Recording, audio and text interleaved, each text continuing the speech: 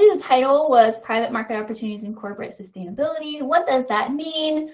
Well, I think a little bit of that title is a carryover from our trainings in row crop systems, where food and beverage companies are working with producers in their supply chains to implement soil health practices and have those improvements count toward their corporate sustainability goals, namely around climate goals. But also there's water quality, water quantity, and biodiversity related goals and programs that producers can participate in. Livestock, especially cattle, we were just talking about the methane, kind of has a bad rap these days, and so it's not a big part of corporate sustainability programs regarding climate. But with the two producers that you're about to meet, they'll explain that regeneratively managed cattle can both help the producer make more money and be good for the climate or the planet. So outside of the voluntary carbon market discussed in the previous session, what are other ways producers can earn a premium for their product and or get incentive payments for implementing soil health practices? That's sort of what we're going to talk about here. And so one example of that I'm going to give a little spiel for before we get into our panel discussion is an AFT-led climate smart beef project we're getting underway. So maybe you guys already know that 90% of beef producers are small scale and otherwise underserved groups and have little say in setting their prices or standards. And so this project is aimed at building capacity for producers to access climate smart premiums and for buyers to access those products. So the main goals for the program are to expand market opportunities for climate smart producers with emphasis on small scale and underserved producers, provide technical assistance and financial assistance for adoption of climate smart grazing and livestock practices, and along the way, help society answer these big questions. Can cattle and grazing help solve climate change? And can consumers confidently buy climate smart beef? The goal, what we're aiming for in this project is to sequester 1 to 4 million metric tons of carbon dioxide equivalents, work with 700 beef producers, and have an impact on over 550,000 acres. We'll be working in these states: Oklahoma, Texas, Mississippi, Alabama, Georgia, Virginia, Maryland, and Pennsylvania. And this is one of the USDA funded partnerships for climate smart commodities grants. And these are just a few, just some of the partners that we're excited to be working with for this project. And so I'm going to drop in the chat, stop sharing, go back to that. A link to, so you can learn more about that if you're interested. Potentially pass along the information if you're in one of the states where we'll be working. Pass that along to producers. You know, it looks like Jamie already did it. Thank you, Jamie. She beat me to it.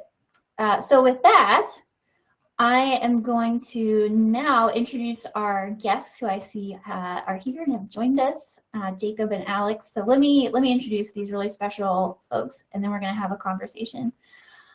So we have Jacob Gilley. He is my colleague at AFT. He's AFT's Senior Technical Livestock and Grazing Specialist for the Eastern U.S. He coordinates AFT's Sustainable Grazing Project, working with producers in Central Virginia to increase awareness of holistic practices focused on improving soil and water quality and the positive impacts of responsible grazing on carbon sequestration and producer profitability. He's also advising AFT's new Climate Smart Beef project that I just talked about, and he serves on a number of local and state cattlemen's and farm bureau boards.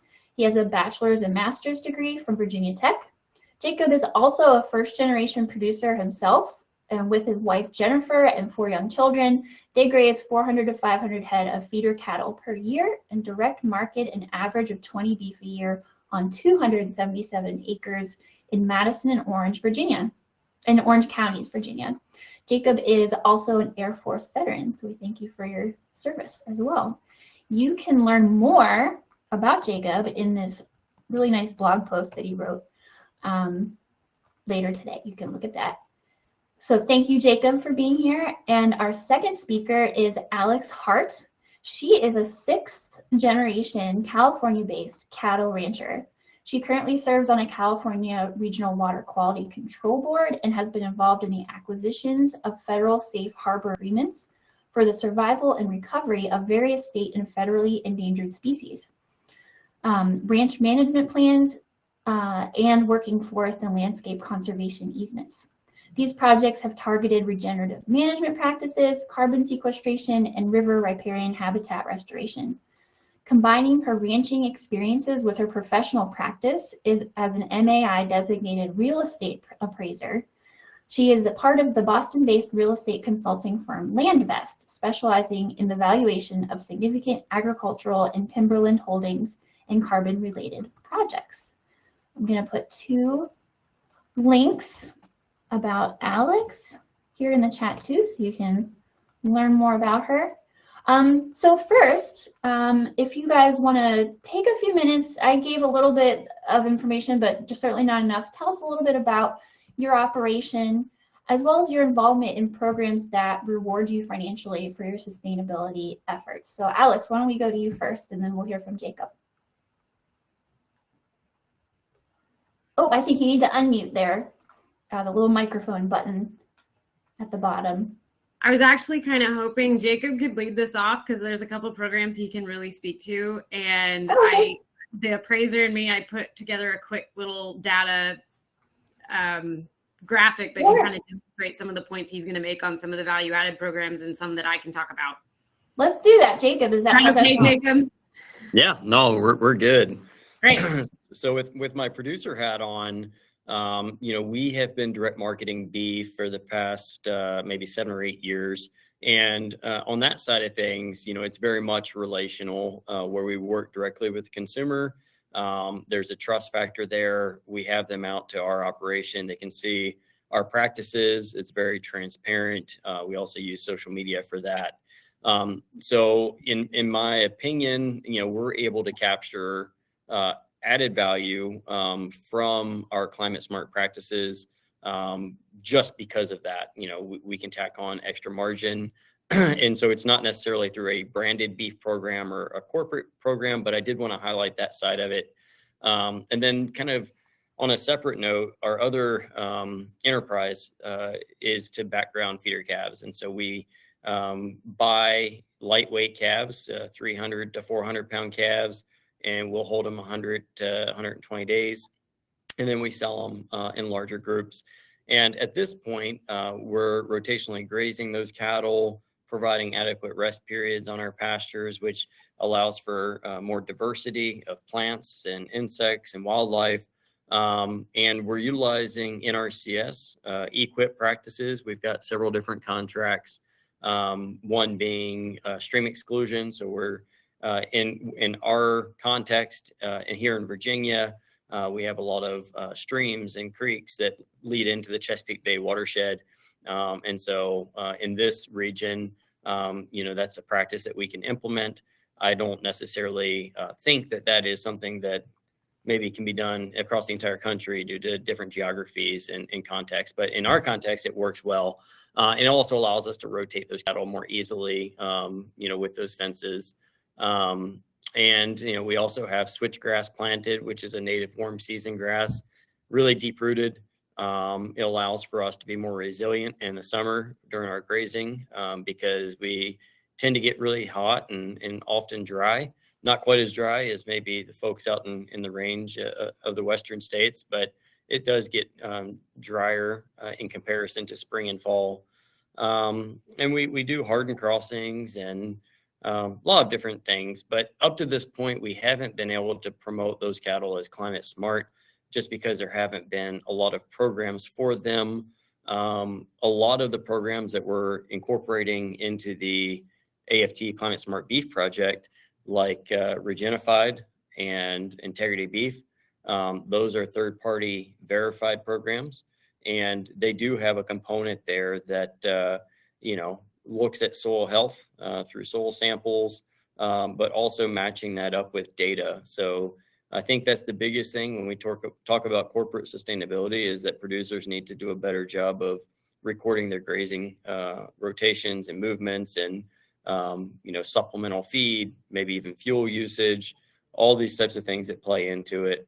And with that data, there's power and there's also potential revenue streams. So that's just real brief. I mean, we can dive deeper into those two verification programs, but I guess to get us started, that's kind of where we're at.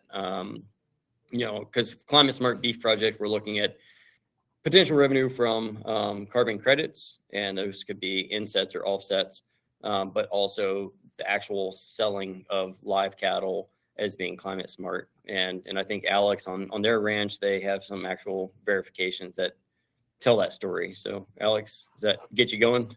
Yeah. And let me try to, I was going to pull up the just example that I have. Give me 1 second. Yeah. Okay. Is it possible for me to share my screen? Yeah. Down where those buttons are. Yep. Okay. Let's see. And then there's some options. Yep, I gotcha. I'm just looking for the tab that I have up. There we go. Okay. So perfect. Can you guys see? Yep. Okay. So when we talk about, we're an operation, we go direct to a live video market where anybody can get on and buy them. A person living in the middle of Boston could log on to Superior Livestock and buy a load of cattle if they wanted. And after they buy them, they can decide what to do with them. They can turn them out, graze them, and let them live out the rest of their lives. They could process them. So we're not what you would call direct consumer. We're in that intermediary free market setup. Now, this is an example of cattle. These were West Coast cattle in last summer in a live video auction last summer. And they were both from the state of California. And I wanted to demonstrate the price differential between cattle that had, so one of the programs we're involved in, you'll see on the bottom lot included one of the programs we have, which it looks like a little heart.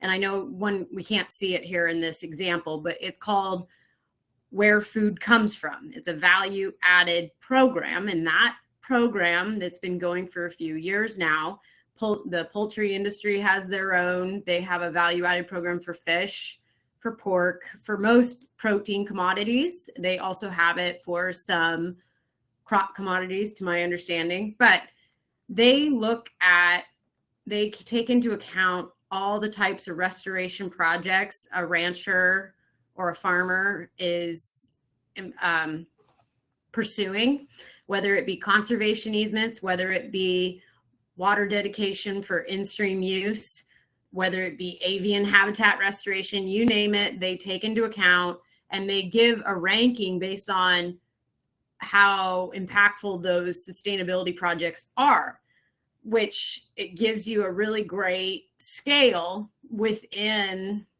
their rankings. And so a buyer could contact Where Food Comes From and say, hey, I want to know more about this operation and what they're doing.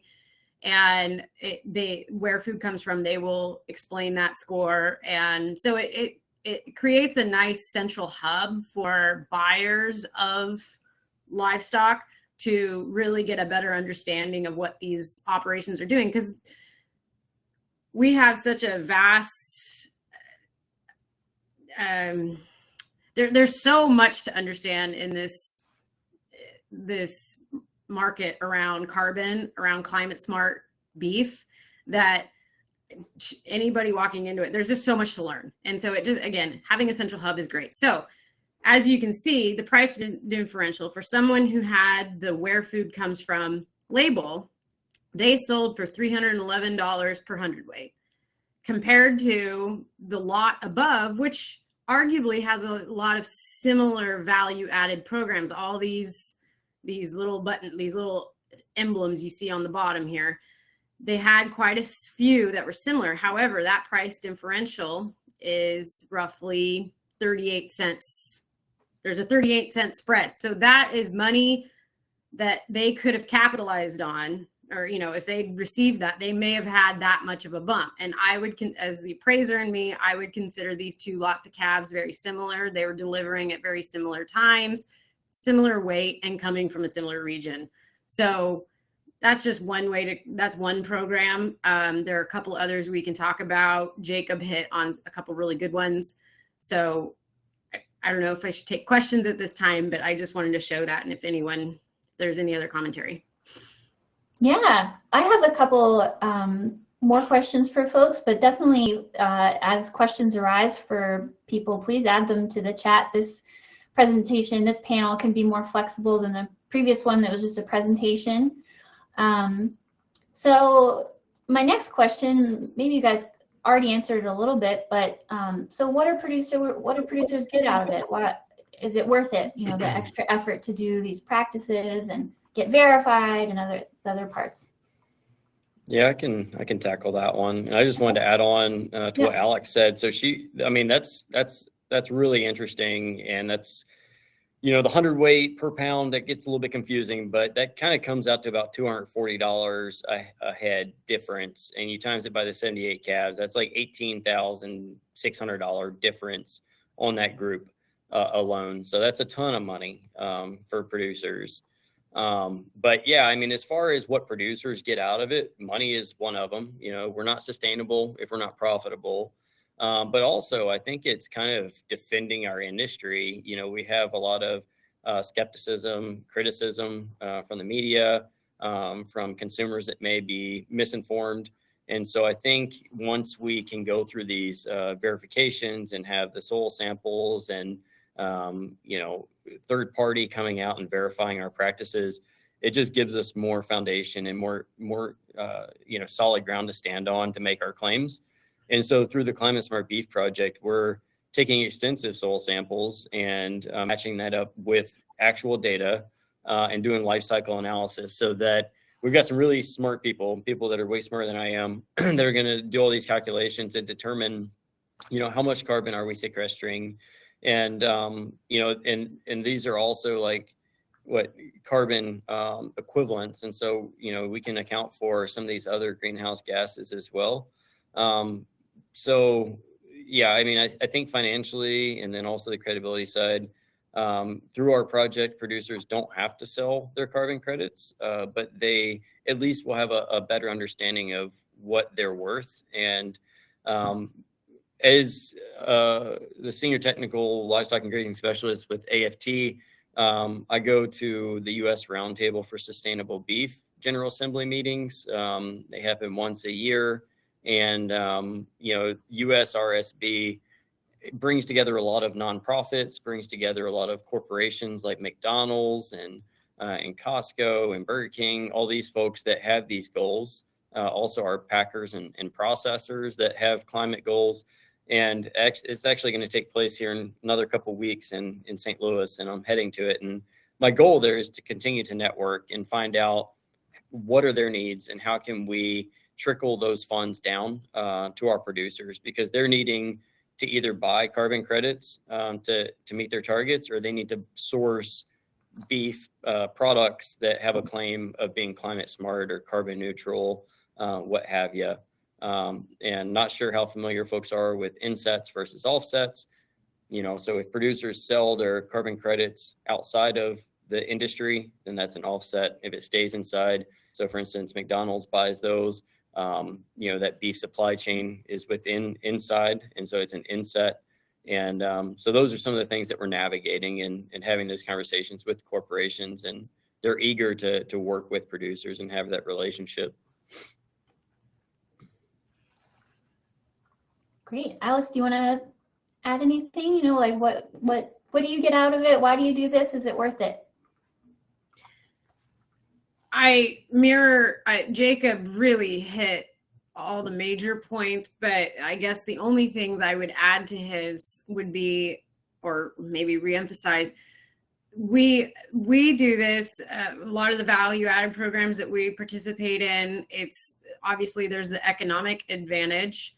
That's a big chunk of change that we can leave sitting on the table, but To us, it's also a really important avenue to show the public your bona fides and your credentials, and more so than a way of doing a news release on, wow, we completed this project and great, wonderful. But it's a different way to show that it's not just doing the project and keeping it in its own lane. You got to look at the operation in a holistic manner. We manage our properties in a holistic manner, and that means our business as well.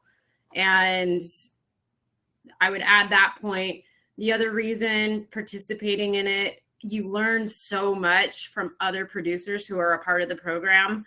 I constantly watch live video sales to see what other producers are doing, and I'm curious, and I will get their contact information, reach out, ask what projects did they do, what works best in their areas, because there are going to be some things, I mean, we can do where we're at in California on the West Coast. We have the opportunity to do a lot of different restoration projects in a lot of different landscapes. We have high desert alpine, we have high timber, wet meadows. I mean, there's a lot of different avenues compared to maybe a ranch in Nebraska that's just purely grassland. So it's a resource for producers to, again, test themselves against the class, test themselves against their cohorts, and keep bettering, keep moving this discussion forward of what is climate smart beef. And the other aspect I would add on, we have the whole carbon inset offsets, and that's the big discussion, and it takes the lion's share of the oxygen in the room. But the question being, what is sustainable beef and sustainable agriculture? Is it just carbon, or do we factor in water quality? How does water quality impact soil quality down in the wetlands and in the floodplains? How about restoration of fish species and other aquatic species that rely upon that water quality? So there's a lot of opportunity right now arising. We're seeing more of it right now on the West Coast, given that diversity of the landscapes out here, and maybe that there's more value than in just carbon. And how does the public reimburse or support those land managers that are in these rural landscapes taking care of the habitats and the species? That's an excellent, answer. And I forgot in the introduction to say that the Hart Ranch has an easement through AFT, actually. Yep. And I remember when we spoke last week, you gave like a really cool explanation for easements, and kind of how you explain to the public like why they're important. And I think this audience would love to hear that again. Absolutely. So through my work as a real estate appraiser, I've been doing a lot of consultant work, land owners approaching me, just asking for some family meetings to walk them through there's a lot of misconceptions, and I think the audience here would agree, and they know exactly what I'm going to say. There's a lot of misconceptions about what conservation easements entail, whether they be working forest conservation easements, whether they be wildlands easements, you name it. There's just a lot of misconception. And the way we approached our own easements, but then when I've been discussing this with other land managers in the area, I've been explaining it by saying, hey, one, we can all agree that this is morally the idea of keeping land together, keeping wildlife corridors, letting them grow and stay as a big unit versus them getting chopped up. We can all agree that that's the number one reason. But that doesn't seem to sell with the people that you're trying to get involved in the easement world.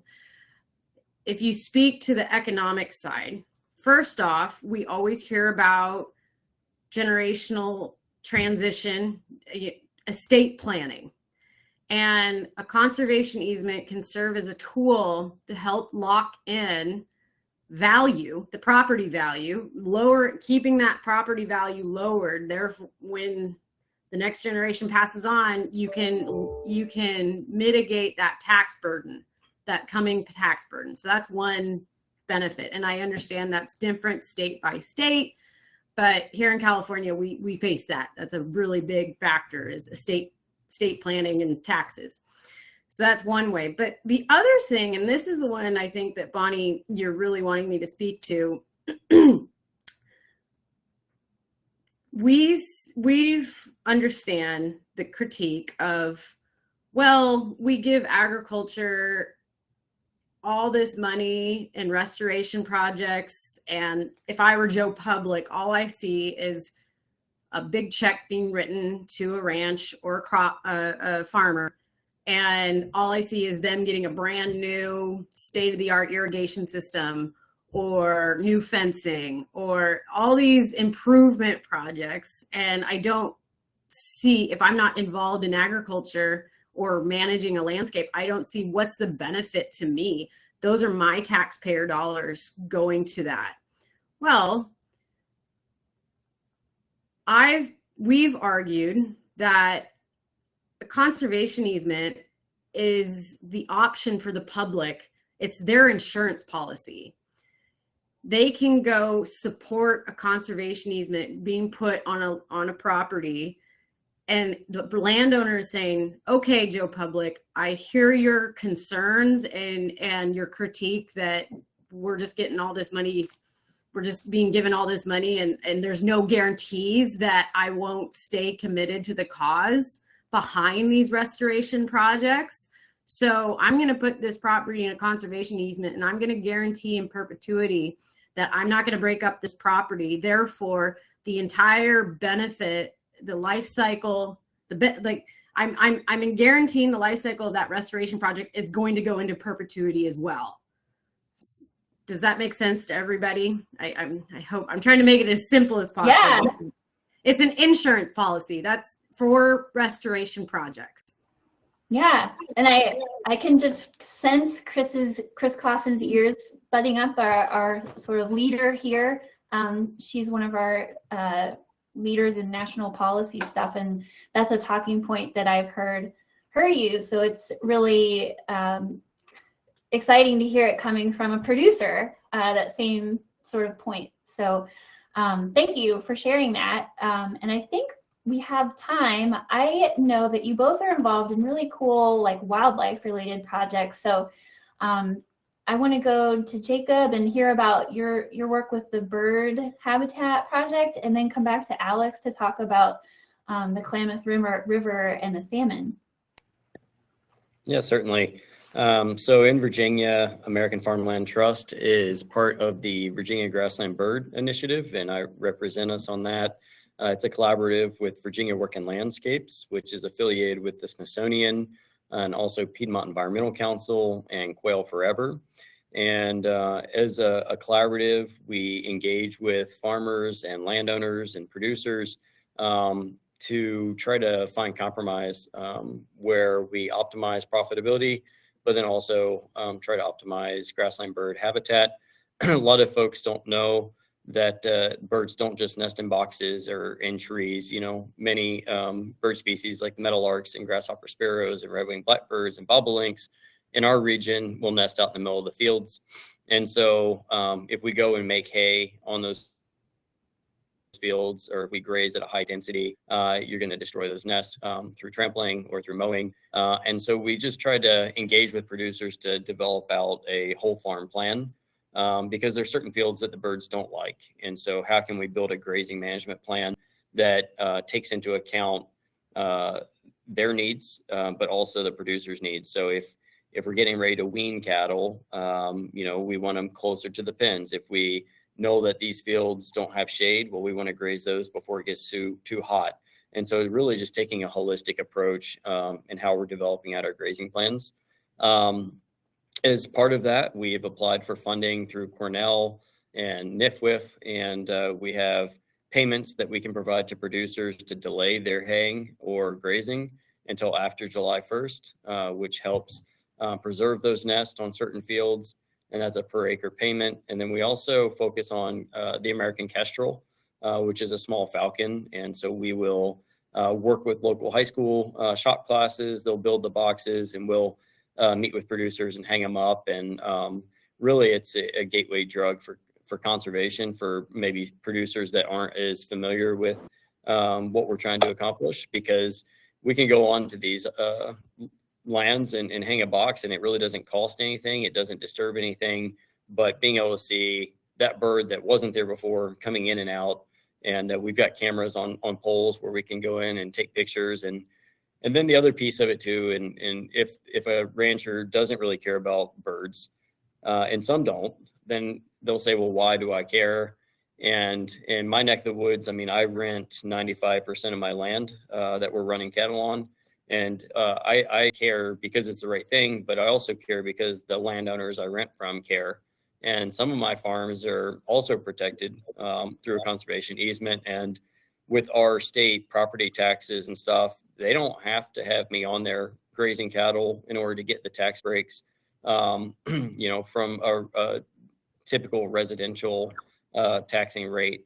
And so I really have to be careful on those properties and steward them the way that I feel like they need to be, but the way that the landowner wants them to be as well. And so I strategically, put that kestrel box right outside the window of the house, and especially where his office window is, and he looks up and sees them every day. And it's just those types of things, trying to figure out what drives decisions. But yeah, I would say that's most of what we're doing with regard to grassland bird work. Very cool. Very cool. Alex, what about you? So I'll speak to the salmon, the water, good focusing. Okay, so we've been involved, as many of you may, or maybe you haven't, but if you've heard of the Klamath River Dam Removal Project, it's the largest intentional dam removal project in the world. And it's the overarching goal behind that is to restore the fishery, restore the river for the Pacific Coast fishery, specifically your coho salmon and Chinook salmon runs. Historically, I won't get into all that, but you understand the overarching concept. And our ranch, we are a part of one of the major tributaries to the Klamath is the Shasta River. And we're on the Little Shasta River, which is a tributary to the tributary. And the Little Shasta River is one of what we would call a headwaters region for historically salmon. And we have pictures going back into the early 1900s and of huge salmon runs on our property.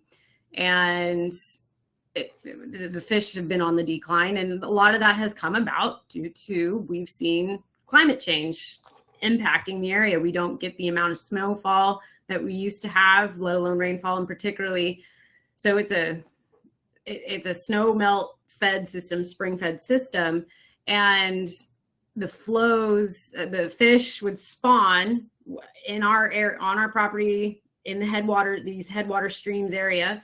And the type of conditions juvenile salmonids they need refuge. They need slow moving waters, a little refuge. They need well shaded, a lot of canopy, because they like to hide underneath the bushes away from predators in the main part of whatever stream they're in. And so that's what's key for a hatchery, effectively, a natural hatchery. And so we have that on our property, and I'm proud of my family. For generations, we've nurtured that property to keep it that way. And we've done that through various regenerative practices that you commonly hear about, flash grazing being one of them. We flash graze our riparian areas at certain times of the year to manage that growth, and for not only the river itself, but for other ungulate species that rely upon that riparian area. And so we've worked on that for a long time, and through it was signed in 2018, I believe that was when it signed, we entered into a voluntary safe harbor agreement. It's a privately held, it was the first privately held safe harbor agreement with NOAA Fisheries and NIMFS for the protection of endangered coho salmon. And that is the initial term is a 50-year agreement with extension, 2 or 3 extension periods on top of that. I can't remember the terms. It was available on the public Federal Register for 90 days for public comment period. And we never received a comment, which I'm happy, because that indicated to us, there was a lot of work, and we had a lot of teams working on that. We had our attorneys, we had several independent environmental consultant groups, and we went through a very rigorous process developing an entire ranch management plan that includes our current status. It includes management options, our kind of ideas for as condition. We call it a dynamic document. So unlike what you would see in a traditional conservation easement, which tends to be very static, we developed our ranch management plan, and then our subsequent conservation easement that we placed on the property with the American Farmland Trust was really unique because we wrote it in such a way that it deferred to our safe harbor and ranch management plan for the management section of the easement. It basically, every line basically says, refer to the ranch management plan, refer to this ranch management plan. And it's a dynamic document. So as conditions change, there might be a management practice that never worked in the past, but due to the current conditions, it makes sense now. So we have kind of rules and guidelines set up for each type of, we have wetlands, we have timberland, we have high desert, we have all different types of habitats and the management practices that work in those habitats. So it's just, as you can tell, it's a very dynamic property, therefore it needed a dynamic plan. So with that safe harbor, we also received an incidental take permit, but we agreed we would provide up to 1.5 CFS of our adjudicated cold spring water. And that 1.5 CFS was developed by work done by UC Davis Center for Watershed Sciences. They did a large study, multi-year study, establishing what amount of cold water would be needed in the stream at critical times for salmonids to rejuvenate the Little Shasta River as a part of the fishery. And that figure was developed, and we looked at the adjudication and we said, okay, the Hart's proportional share of that minimum flow rate is 1 CFS. And we said, we're going to dedicate up to 1.5. So we did our proportional share and then some dedication back to the stream for fish. That was the give, so to speak, as a part of this SHA. And the SHA had a bucket list of other improvement projects, like restoration projects. We had a stock water program. We had a lot of new fencing, riparian areas. We have a lot more ability now to flash graze areas we'd never been able to before. The reason we weren't able to is because we needed a water source. So we developed water sources in those. It's a very cool, I get so excited about this. Anyway, so the as a part of all that, the final part of this is we pursued in order to dedicate, one would think in California, great, a farmer or rancher, they want to put their water back in the stream for fish. Great, no problem, turn the spigot on. Well, that's illegal in California. So we could go to prison for that. So we needed to pursue what we call a 1707 water permit in California, and they don't hand those out lightly. And that was a very intense process. Available for public review, received a lot of pushback, a lot of legal costs, but thankfully, I'm happy to say we've never publicized it on the website. I need to put it on there, but we have our 1707 water permit. And when we pursued it, we didn't just say that the amount of water, the up to 1.5 in our 1707, we dedicated our entire water right in the 1707. So at any point now in the future, if we our purpose in doing that, we wanted to say there are times we don't need any of our water out of the stream, so we can leave it all in there. So if there are times when the agencies come and say, hey, do you have the ability to do it right now? Can you put some extra water in? We can say, yeah, here you go. So that's the that's the simplified version of the salmon water story at the Hart Ranch. That's quite a story. And I think everyone can probably tell, like, your passion for the land and the watershed and your ranch and working with the public and future generations and all of that coming into play. It's really awesome. I'm so happy I've been able to, really through Jacob, knowing you, bring you to be on the panel. So before we have time for questions from the audience, I wanted to ask if you could kind of quickly give, these are a lot of land trust staff who might be like, I know some people who might be interested in this. How can they, if somebody's like, yeah, that sounds like something I want to do. How can people, a cattle producer or other livestock producer, kind of get started or get involved? You guys are like so advanced in all of these things. How do you start that? So, I mean, certainly if you've got some program staff from AFT in the region, I would recommend reaching out to one of us, and I feel like we serve as good connectors to programs. So NRCS, USDA type programs or state call share, other NGOs that have funding to implement conservation practices.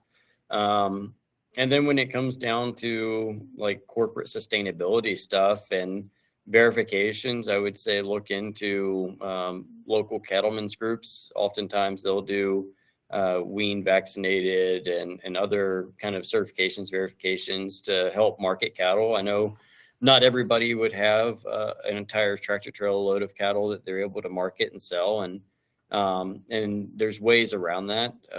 If producers have just a handful, there's commingled type sales to where they can put them into auctions and sell.